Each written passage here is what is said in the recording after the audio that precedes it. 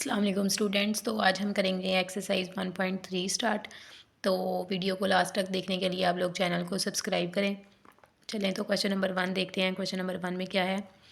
On his last bank statement Qasim had a balance of 1,75,000 in his checking account. Question में है कि कासिम के ना लास्ट बैंक स्टेटमेंट जो है उसमें कितना बैलेंस है, 1,75,000। He wrote one check for 45,790 and another for 1,12,921। तो वो दो चेक लिखता है जिसमें से एक की कीमत है 45,790 और दूसरा है 1,12,921 का। अब आगे क्या है, व्हाट हीज़ करंट बैलेंस, तो उसकी मौजूदा रकम हम लोगों ने क्या करनी है, फाइंड आउट करनी है। तो सवाल को एक दफ़ा दोबारा पढ़ लेते हैं कि अब यहाँ पे देखें बैंक स्टेटमेंट क्या होती है।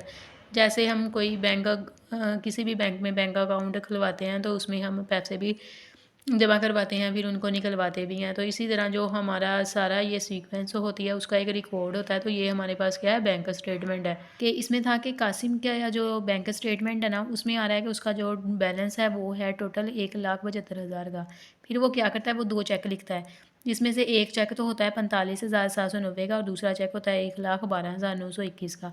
फिर वो इन दोनों चेक्स को क्या करता है, निकलवा लेता है, यानी कि इस बैलेंस में से इनको निकलवा लेता है। फिर उन्होंने पूछा है कि उसका करंट बैलेंस यानी कि उसकी बकाया रकम कितनी है इन दोनों चेक्स को निकलवाने के बाद। तो अब हम लोग देखते हैं, ये स्टेटमेंट तो बहुत लंबी है लेकिन ये क्वेश्चन बहुत ईजी है। इसकी आप लोगों को थोड़ा बहुत समझ भी आ गया होगा कि हमें पता है कि दो वैल्यूज़ क्या हैं, वो उसमें से पहली वैल्यू में से क्या हो रही हैं, निकलवाई हैं। तो इसका मतलब है कि ये दोनों इसमें से क्या होंगी, माइनस होंगी। तो अब हम लोग इसको सोल्व करके भी देख लेते हैं, सोल्यूशन देखते हैं इसका क्या है।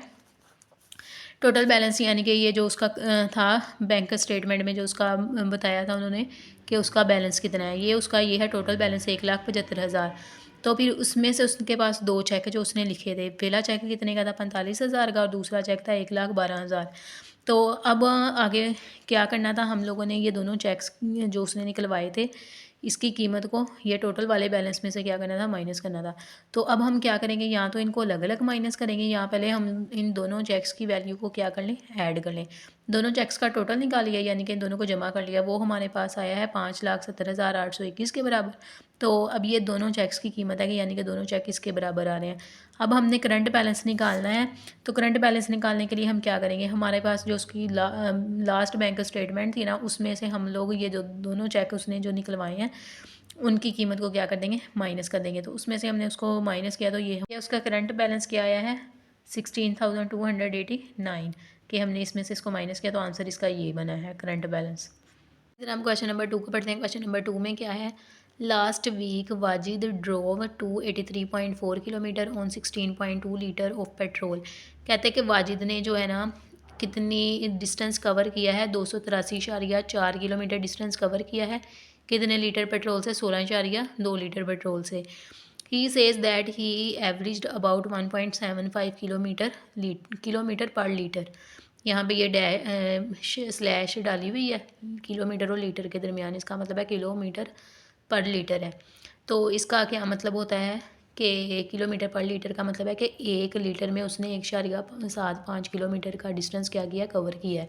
इस चीज़ का ये मतलब है किलोमीटर पर लीटर का। तो उसने जो एवरेज निकाली है ना उसकी निकली है 1.75 की। Is his answer reasonable. तो अब हमें हमसे ये पूछा गया है कि क्या इसका जो जवाब उसने बताया है हमें वो दुरुस्त है, रीज़नेबल है। एक्सप्लेन, इसको हमने एक्सप्लेन करना है। तो इसके लिए तो दो चीज़ें हैं, एक तो उसने जितना डिस्टेंस कवर किया है और जितना पेट्रोल उस पर लगा है वो बता दिया, और दूसरा उसने अपना एस्टीमेट बता दिया है कि उसका जो एवरेज है ना वो है 1.75 किलोमीटर पर लीटर। तो अब हम क्या करेंगे, हम खुद से इसकी एवरेज निकालेंगे। उसकी खुद से एवरेज निकालने के बाद हम लोग कंपेयर करेंगे इस आंसर के साथ कि क्या हमारा आंसर इसके बराबर आया है। अगर तो हमारा आंसर इसके बराबर आएगा तो इसका मतलब होगा कि हमारा जो जवाब है वो क्या है, दुरुस्त है। तो अगर नहीं आया तो फिर इसका मतलब है कि ये जो उसने कासिम ने वाजिद ने हमें बताया ना 1.75 एवरेज, वो दुरुस्त नहीं है। तो अब हम लोग पहले तो इसकी एक स्टेटमेंट देखते हैं, सोल्यूशन देखते हैं इसका क्या है। वाजिद एस्टिमेटेड एवरेज गया है वाजिद की 1.75 किलोमीटर पर लीटर, यानी कि जो उसने एवरेज निकाली है वो किसके इक्वल आ रही है 1.75 किलोमीटर। एस्टिमेटेड है यानी कि उसने खुद से अज्यूम किया है।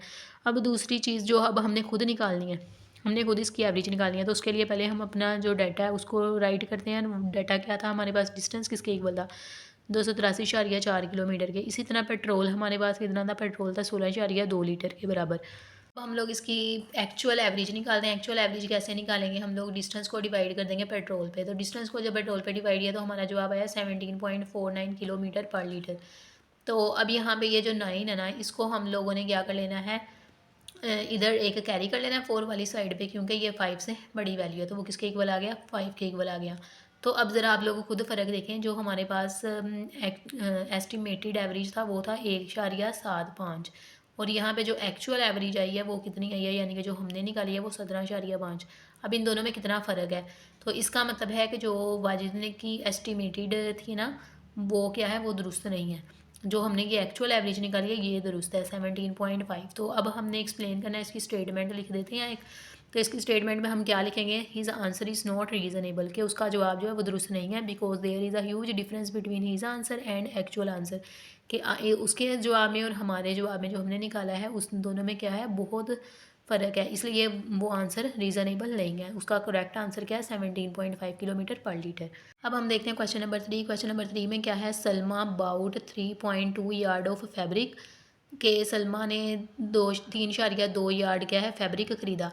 यहाँ पे यार्ड का क्या मतलब है, यार्ड का मतलब है गज़। तो फिर यहाँ पे इतने गज़ यानी कि 3.2 गज़ उसने कपड़ा खरीदा, और टोटल प्राइस ऑफ 139.2, और उसके लिए उसने कितनी कीमत अदा की, यानी कि कितनी कीमत में उसने वो ख़रीदा है 139.2 में उसने क्या किया, ये कपड़ा ख़रीदा है।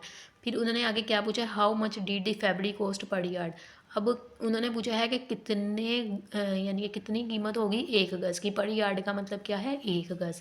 तो अब हमने निकालनी है कि एक गज़ कपड़े की कीमत कितनी होगी। यहाँ पे हमें पता है 3.2 गज़ हमें कपड़ा दिया और उसकी कीमत दिया, हमने एक गज़ की निकालनी है। तो ये तो क्वेश्चन आप बचपन से ही करते आ रहे हैं कि जब भी आपने एक चीज़ के लिए प्राइस निकालनी हो तो उसके लिए हम लोग क्या करते होते हैं, डिवाइड करते होते हैं। तो इसकी सोल्यूशन देखते हैं क्या है हमारे पास। टोटल फैब्रिक क्या है 3.2 यार्ड, प्राइस कितनी है 139.2, तो रुपीज़ 139.2 रुपीज़ है।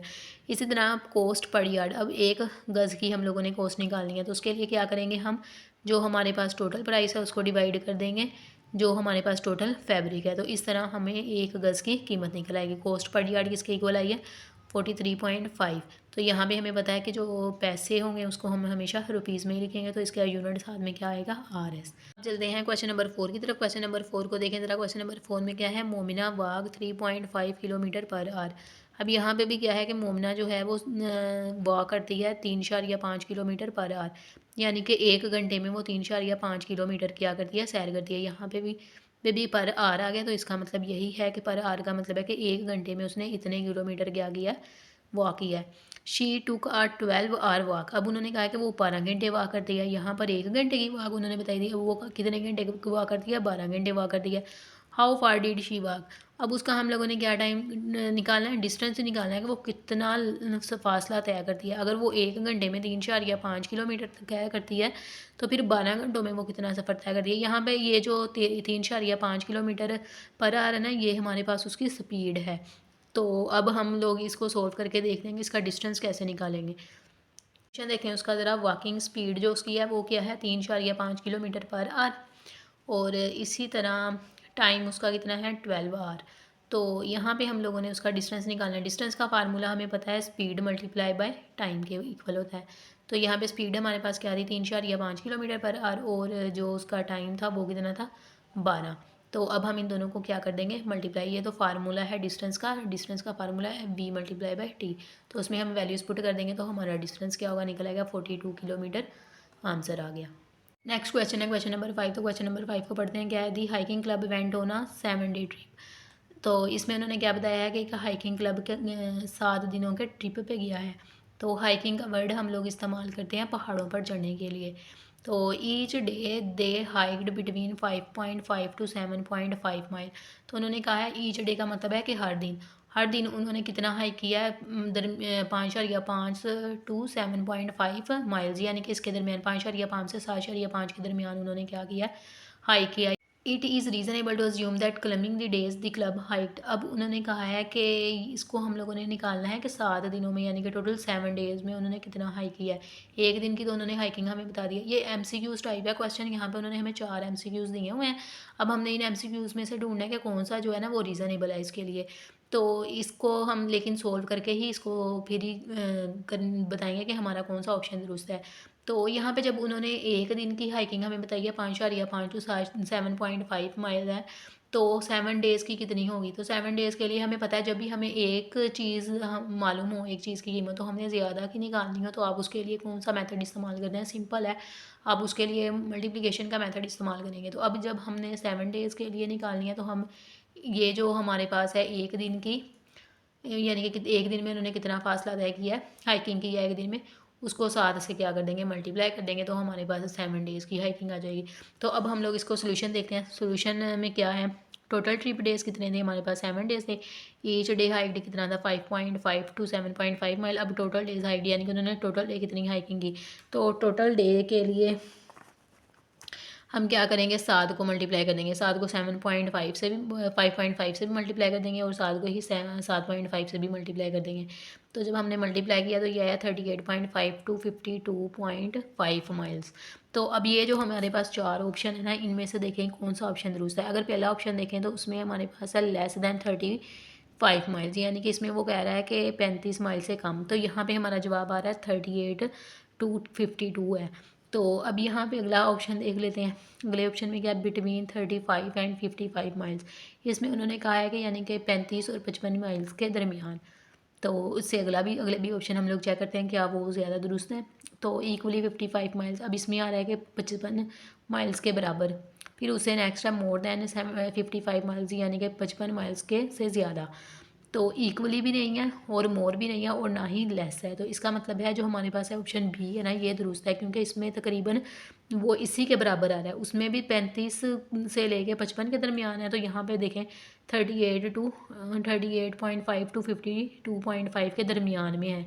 तो इसका मतलब है कि हमारा ये वाला ऑप्शन जो भी ऑप्शन बी है ना, ये इससे ज़्यादा रिजेंबल है, यानी कि इसे ज़्यादा लाइक कर रहा है। तो इसका मतलब है कि ऑप्शन बी हमारा क्या होगा, ट्रू होगा। क्वेश्चन नंबर 6 की तरफ चलते हैं। क्वेश्चन नंबर 6 हमारे पास क्या है, for a class party the student council purchased 42 balloons at 1.85 each. उन्होंने कहा कि क्लास पार्टी में ना जो स्टूडेंट काउंसिल है वो 42 गुब्बारे खरीद रही है, और हर गुब्बारे की कीमत ईच लिख दी है ना यहाँ पे, यानी कि हर गुब्बारे की कीमत कितनी है, 1.85। What is the total amount the student council paid for the balloons, यानी कि बलून को ख़रीदने के लिए उन्होंने कितनी रकम पे की है, वो कितनी होगी। तो यहाँ पे अब हम इसको सोल्व भी कर लेते हैं, सॉल्यूशन देखते हैं। इसका टोटल बलून्स जो थे वो हमारे पास 42 थे, प्राइस ऑफ 1 बलून हमारे पास कितनी थी, 1.85।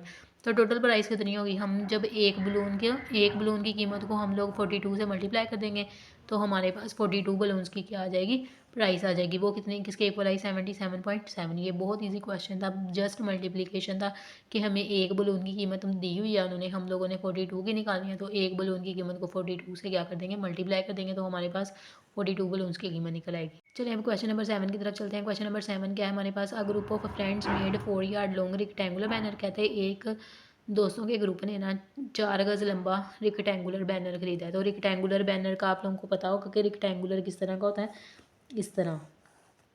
ये क्या है हमारे पास, रिक्टेंगुलर बैनर, जिसकी आमने सामने वाली साइड्स क्या होती हैं, बराबर होती हैं, लेकिन जो 2 साइड्स होती हैं वो 2 साइड से छोटी होती हैं। ये हमारे पास क्या है, रिक्टेंगुलर बैनर, सपोज कर लें आप। अच्छा, तो क्या उन्होंने खरीदा, 4 यार्ड लॉन्ग। तो यानी कि इसकी जो लेंथ है ना वो क्या है हमारे पास, ये वाली, वो कितनी है, 4 यार्ड, यानी कि 4 गज़ है, ये इसकी क्या है, लेंथ। तो उसके बाद उन्होंने क्या कहा, दे paid 3.75 per yard for the fabric and 9 for the trim to go around the banner 10 yard perimeter. अब उन्होंने यहाँ पे क्या लिख दिया है, उन्होंने कहा है सवाल में कि जो उन्होंने फैब्रिक ख़रीदा है ना उस बैनर के लिए, वो 1 यार्ड के लिए उन्होंने ख़रीदा है 3.75, यानी कि पर यार्ड 1 यार्ड की जो कीमत है वो कितनी है 3.75 एंड 9 फॉर द फिल्म। अब उसके गिर्द जो उन्होंने उसको यानी कि उसके गिर्द जो बार लगाई है ना उसको मजबूत करने के लिए, वो कितने की है 9 रुपीज़ की है। तो अब उसका बैनर का पेरीमीटर कितना है, पेरीमीटर उसका है 10 yard perimeter. What was the width of the banner, अब बैनर की विड्थ हमने क्या करनी है फाइंड आउट करनी है। अब यहाँ पे ये जो मैंने आपको डायग्राम बना के दिखाई थी ना रेक्टेंगुलर की, उसकी लेंथ उन्होंने 4 यार्ड हमें दी है, लेकिन उसकी विड्थ जो ये छोटी साइड है ना इसको हम लोग विड्थ सपोज कर लेते हैं। विड्थ क्या है हमारे पास एक्स, वो हमें नहीं दी, तो वो हमने क्या करनी है मालूम करनी है। हमें पता है ये रेक्टेंगुलर में आमने सामने वाली साइड्स बराबर है, अगर एक साइड एक्स है तो दूसरी साइड भी किसके इक्वल होगी एक्स के, और ये अगर एक साइड 4 के बराबर है तो इसके सामने वाली साइड भी किसके बराबर होगी 4 यार्ड के। अब इस सवाल को उन्होंने बहुत लंबाई में बता तो दिया है, लेकिन इस सवाल में कुछ नहीं है। सवाल में बस क्या है कि हम क्या चीज़ इस्तेमाल करेंगे, उसकी लेंथ इस्तेमाल करेंगे और उसका पेरीमीटर इस्तेमाल करते हुए क्या कर देंगे क्वेश्चन को सोल्व कर देंगे। तो आप लोगों को पता है पेरीमीटर का फार्मूला क्या होता है। पेरीमीटर में हम लोग जो इसकी बाउंड्री होती है ना किसी भी शय की, स्क्वायर की, रेक्टेंगुलर की, उसको क्या कर देते हैं ऐड कर देते हैं। तो अब यहाँ पे भी ये चीज़ करेंगे कि इसकी जो पेरीमीटर है वो किसके इक्वल आ रहा है 10 के। तो इसमें हम सारी वैल्यूज़ को जो इसकी होंगी साइड्स उनको क्या करेंगे ऐड करेंगे। अब इसकी चारों साइड्स क्या हैं, एक तो एक्स है, दूसरी 4, फिर एक्स है, फिर 4, वही हम लोगों ने लिख ली 4 plus x plus 4 plus x, यानी कि हमने अपनी चारों साइड लिख ली, वो किसके इक्वल आ रही है 10 के इक्वल। पेरीमीटर हमारे पास यही होता है, हमने अपनी ऑल साइड्स को ऐड करना होता है। और अब यहाँ पे उन्होंने पेरीमीटर हमें दिया हुआ है तो इसलिए हमने उसकी वैल्यू भी क्या कर दी पुट कर दी 10 के इक्वल है। तो अब यहाँ पे जो सिंपल वैल्यूज़ हैं उनको हम लोगों ने क्या कर दिया 8 के इक्वल, दोनों को ऐड किया, और ये दोनों को ऐड किया, ये किसके आया 2x के इक्वल। अब यहाँ पे हमने x1 की कीमत निकालनी है, यानी कि x जो है वो विड्थ को रिप्रेजेंट कर रहा है। तो x की कीमत निकालने के लिए हम 8 को दूसरी साइड पे लेके गए, उसमें से 2 आ गया, यानी कि 10 में से 8 निकाला तो 2 आ गया। अब ये 2 और 2 को ख़त्म किया तो 1 आ गया। इसका मतलब है कि जो x है वो 1 के इक्वल है और x हमारी क्या है विड्थ है। तो विड्थ हमारी किसके इक्वल आई है 1 यार्ड के।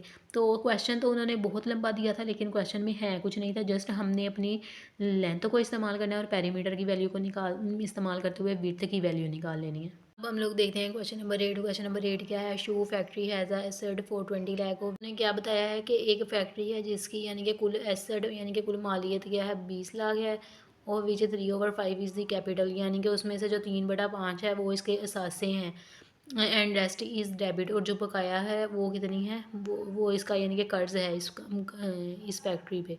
Find the amount of capital and debit, तो हमने उसका कैपिटल और डेबिट को क्या करना है फाइंड आउट करना है। तो यहाँ पर उन्होंने फार्मूला भी बताया हुआ है एसेट का कैपिटल प्लस डेबिट।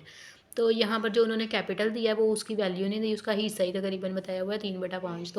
तो इस क्वेश्चन में क्या है उन्होंने बताया कि एक कंपनी जो शू फैक्ट्री है उसमें जो कुल मालियत है ना उनके पास वो किसके बराबर है 20 लाख के बराबर, और उसमें से जो 3/5 है वो उनका क्या है सासा है, और जो बकिया रकम है ना वो क्या है कर्ज। तो हमने फाइंड क्या करना है कि उनके सासा और उनका पास जो कर्ज है वो कितना है। तो अब ये निकालने के लिए हम लोग क्या करेंगे, हमें एसेट तो पता है, यहाँ पे उन्होंने फार्मूला भी दिया हुआ है, लेकिन हम यहाँ से कैपिटल और डेबिट को नहीं निकालेंगे, पहले हम कैपिटल को निकालेंगे फिर डेबिट को। कैपिटल क्योंकि उन्होंने हमें हिस्से की सूरत में दिया हुआ है शेयर, यानी कि 3/5 एग्जैक्ट नहीं दिया, जैसे ये 20 लाख है ना वैल्यू। पहले हम इसकी कीमत निकालेंगे कि कैपिटल किसके बराबर है। तो कैपिटल की कीमत निकालने के लिए हम क्या करेंगे, टोटल एसेट लिखेंगे, कैपिटल किसके 3/5 है टोटल एसेट का, तो टोटल एसेट के साथ उसको क्या कर देंगे मल्टीप्लाई कर देंगे। कैपिटल की का जो उन्होंने शेयर बताया वो क्या 3/5। तो जब हमने इसको मल्टीप्लाई किया तो 5 और ये कट गए, तो पीछे क्या बचा हमारे पास 3 × 4 लाख, तो ये किसके इक्वल आ गया 12 लाख के बराबर आ गया। अब हम लोगों ने निकालना है डेबिट। अब जो ये फार्मूला है ना हमने इस फार्मूले को इस्तेमाल करते हुए क्या कर लेना है डेबिट निकाल देना है। अब इसमें से हमें एसेट की वैल्यू भी पता है और कैपिटल की वैल्यू भी पता चल गई है। डेबिट निकालना है, तो डेबिट निकालने के लिए हम ये कैपिटल को दूसरी साइड पे ले जाएंगे, कैपिटल यहाँ पे जमा हो रहा है, दूसरी साइड पे जाके क्या हो जाएगा माइनस हो जाएगा। तो इसको देखते हैं कैसे करते हैं डेबिट एसेट माइनस कैपिटल। तो अब हम एसेट की वैल्यू पुट करते हैं, कैपिटल की वैल्यू पुट करते हैं, तो इन दोनों को माइनस किया तो आंसर हमारे पास किसके इक्वल आ गया 8 लाख के। तो कैपिटल हमारे पास आया था 12 लाख के बराबर और डेबिट हमारे पास किसके बराबर आया 8 लाख के।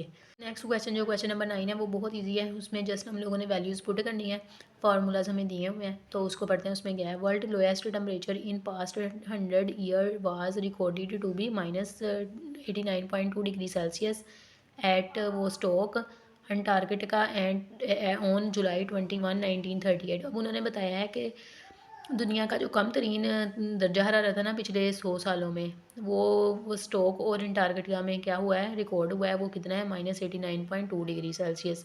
Convert this temperature into Fahrenheit and kelvin scale. अब इस टेम्परेचर को हमने फ़ारेनहाइट और केल्विन स्केल में क्या करना है, चेंज करना है, कन्वर्ट करना है। तो यहाँ पे उन्होंने सेल्सियस में टेम्परेचर दिया हुआ था। जैसे इस टेम्परेचर को हम लोगों ने इन फार्मूलाज उन्होंने ये गिवन ही दी हैं क्वेश्चन में, इनमें सेल्सियस की जगह हमने उनकी कीमत पुट करके फ़ारेनहाइट और केल्विन का क्या कर लेना है, आंसर निकाल लेना है। तो फ़ारेनहाइट का फार्मूला ये है, इसमें जो यहाँ पे सी लिखा है इसका मतलब है कि ये सेल्सियस है, यानी कि टेम्परेचर इन सेल्सियस। हमने इस टेम्परेचर को यहाँ पे सी को पुट करना है। अब जो फ़ारेनहाइट का फार्मूला था उसमें हम लोगों ने सेल्सियस की वैल्यू पुट की -89.2। तो पहले हम लोग अब ये देखें यहाँ पे ये +32 अलग है। हम पहले इस वाली वैल्यू को पूरी को हल करेंगे। 9 को मल्टीप्लाई किया 89.2 से, तो ये आया 802.8, और डिवाइड किस पे किया, 5 पे, +32। तो जब इसको हमने इस पे डिवाइड किया तो 160.5 आ गया, +32। अब ये माइनस का है, ये जमा का है, जमा माइनस किसके इक्वल है, माइनस के इक्वल है। तो जब हमने इनको माइनस किया तो 128.58 5 6 के बराबर आया जवाब। और यहाँ पे माइनस जो है वो हमने देखना है बड़ी वैल्यू के साथ कौन सा साइन है, जमा का या माइनस का। तो बड़ी वैल्यू के साथ माइनस है, तो हमने यहाँ पे क्या लगा दिया, माइनस लगा दिया। कैल्विन का फार्मूला हम लोगों ने लिख लिया, डिग्री सेल्सियस +273। तो डिग्री सेल्सियस की वैल्यू पुट की +273, वही चीज़ जमा माइनस माइनस। तो ये माइनस हो रहे हैं, 270 में से हमने इसको माइनस 273 में से हमने इसको माइनस कर दिया। तो जो माइनस किया तो ये आंसर आया। अब यहाँ पे साइन देख लेते हैं, साइन यहाँ पे एडिशन का आएगा, क्योंकि बड़ी वैल्यू जो है हमारे पास वो 273 है, तो उसके साथ जो साइन है वही साइन इसके साथ आएगा। क्वेश्चन नंबर 10 को देख लेते हैं। क्वेश्चन नंबर 10 क्या, company was penalised by the government act for the low quality production. उन्होंने कहा कि कंपनी है जो उसको उसके लो क्वालिटी प्रोडक्शन की वजह से ना गवर्नमेंट की तरफ से जुर्माना हुआ है। If the company has 3 share holders, अगर कंपनी के 3 शेयर होल्डर्स हैं। शेयर होल्डर्स क्या मतलब होते हैं, क्या मतलब है कि 3 लोगों ने ना मिलके उस कंपनी में इन्वेस्ट किया है। तो वो है 3 है इस कंपनी के shareholders, Farah, Mariam and Tahreem. अब उन्होंने उनके नाम भी बता दिए हैं कौन कौन है, Farah, Mariam and Tahreem. Investing in the ratio of, अब उन्होंने इन्वेस्टिंग भी बता दिया कि उन्होंने कितना इन्वेस्ट किया है। जो फ़रा है उसने 1 किया है, और मरियम की 2 है, और तहरीम की क्या है, 3 है। And the amount of penalty is this, यानी कि जुर्माने की जो अमाउंट है वो हमें ये बताई हुई है। Find the amount of penalty paid by each of the share holders. अब उन्होंने फाइंड क्या करने के लिए बोला है, फाइंड उन्होंने हमें करने के लिए ये बोला है कि हर शेयर होल्डर के हिस्से में कितना जुर्माना आ रहा है। तो जैसे जैसे अब यहाँ पे एक ट्रिक ये है कि हम लोग ये देख लें कि फ़रा, मरियम एंड तहरीम के उन्होंने इन्वेस्टिंग का बताया कि इतने इतने शेयर्स हैं उनके। फ़रा का 1 है, मरियम का 2 है, तहरीम के 3 है। जैसे इन इन लोगों ने कंपनी में शेयर्स है ना, जिस लिहाज से इनके, जैसे फ़रा का है 1 और मरियम का है 2 और तहरीम के हैं 3। तो इनको पे भी उतना ही ज़्यादा करना पड़ा होगा इन्वेस्टिंग के टाइम के। जिसके सबसे ज़्यादा है 3 रेशो है उसने सबसे ज़्यादा इन्वेस्ट किया होगा, जिसकी 2 है उसने इससे कम किया होगा, और जिसकी 1 है उसने सबसे कम इन्वेस्ट किया होगा। तो इसी तरह जब जुर्माना पड़ेगा तो फिर जिससे सबसे ज़्यादा फ़ायदा हो रहा होगा ना, यानी कि जिसने सबसे ज़्यादा इन्वेस्ट किया उसको ही सबसे ज़्यादा फ़ायदा होता है, और जब जुर्माना बढ़ता है उसको ही सबसे ज़्यादा नुकसान होता है। तो इसमें से तहरीम को सबसे ज़्यादा नुकसान होगा, फिर उससे कम मरियम को होगा, फिर सबसे कम फ़रा को होगा। लेकिन यहाँ पे उन्होंने ईच शेयर होल्डर्स का भी ये पूछा है कि हर एक को कितना कितना जुर्माना पड़ा है। तो अब हमने इस रेशो का इस्तेमाल करते हुए और ये टोटल जुर्माने का इस्तेमाल करते हुए हम लोगों ने इनके सबके हिस्से में निकालने हैं कि सबके हिस्से कितना जुर्माना पड़ा है। तो पहले हम लोग सोल्यूशन देखते हैं। इसकी टोटल पेनाल्टी हमारे पास कितनी है, 45, 68, 68.97, ये उसकी है टोटल, यानी कि टोटल जुर्माना हमारे पास ये है। अब उनके शेयर्स भी हम लोगों ने लिख लिए हैं, फ़रा के कितने हैं, मरियम के कितने हैं, तहरीम के कितने हैं। तो हम क्या करेंगे, सम ऑफ द रेशो, यानी कि सबकी रेशो को जमा कर लेंगे। तो वो किसके इक्वल आया है, 6 के इक्वल आया है। शेयर ऑफ फ़रा, अब फ़रा का शेयर हम लोगों ने किस तरह निकालना है। फ़रा ने जो इन्वेस्ट किया था वो 1 था, 1 बटा टोटल रेशो जो हमारे पास आई है 6, उसके साथ मल्टीप्लाई कर देंगे जो उन्होंने जुर्माना गवर्नमेंट की तरफ से उन्हें हुआ है उसको उसके साथ क्या कर देंगे, मल्टीप्लाई कर देंगे। तो यहाँ पे इसको 1 के साथ मल्टीप्लाई करेंगे तो यही आएगा, इसलिए हम इसको 6 के साथ क्या कर देंगे, डिवाइड डायरेक्ट कर देंगे। तो उसके बाद उसका जुर्माना जो फ़रा के हिस्से में है वो कितना आया है, 76,144.82। अब इसी तरह अब हम मरियम का निकाल लेते हैं। मरियम ने कितना इन्वेस्ट किया था, मरियम के शेयर थे 2, तो 2/6 जो टोटल रेशो थी उसके साथ उसको डिवाइड करेंगे, मल्टीप्लाई किसे कर देंगे, के जो टोटल जुर्माना था। अब यहाँ पे जो 6 था उसको हमने इसके साथ डिवाइड किया तो आंसर किसके इक्वल आ रहा है, जो ये हम पहले कर चुके हैं 6 के साथ इसको डिवाइड करके, तो वो किसके इक्वल आ रहा है 76,144.82। अब 2 को हम इसके साथ मल्टीप्लाई कर देंगे तो ये मरियम के शेयर इक्वल आ जाएंगे कि मरियम को इतना जुर्माना पे करना पड़ा, जुर्माने में से इतना हिस्सा देना पड़ा। अब इसी तरह तहरीम को कितना से हिस्सा देना पड़ा, तहरीम का कितना इन्वेस्टमेंट थी, तीसरा 3 हिस्से थे तहरीम के, तो 3/6 टोटल मल्टीप्लाई बाय हम जुर्माने के साथ करेंगे। तो यहाँ पे भी जो 6 के साथ इसको डिवाइड करके हमने ऊपर निकाली हुई है, डिवाइड करके वही वैल्यू लिख देंगे और मल्टीप्लाई बाय 3, तो 3 के साथ मल्टीप्लाई करेंगे तो ये आया है तहरीम के हिस्से जुर्माना के, तहरीम ने इतना जुर्माना पे करना है।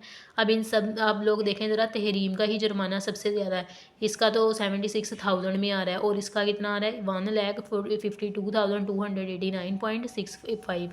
तो तहरीम का आ रहा है 2,28,434, यानी कि तहरीम ने इन्वेस्टमेंट भी सबसे की थी तो इससे जुर्माना भी सबसे ज़्यादा ही पे करना पड़ेगा। तो अगर तो आप लोगों को क्वेश्चंस की समझ आ रही है तो नीचे कमेंट बॉक्स में कमेंट ज़रूर करें, इसी से मुझे पता चलेगा कि आप लोगों को क्वेश्चंस की समझ आ रही है।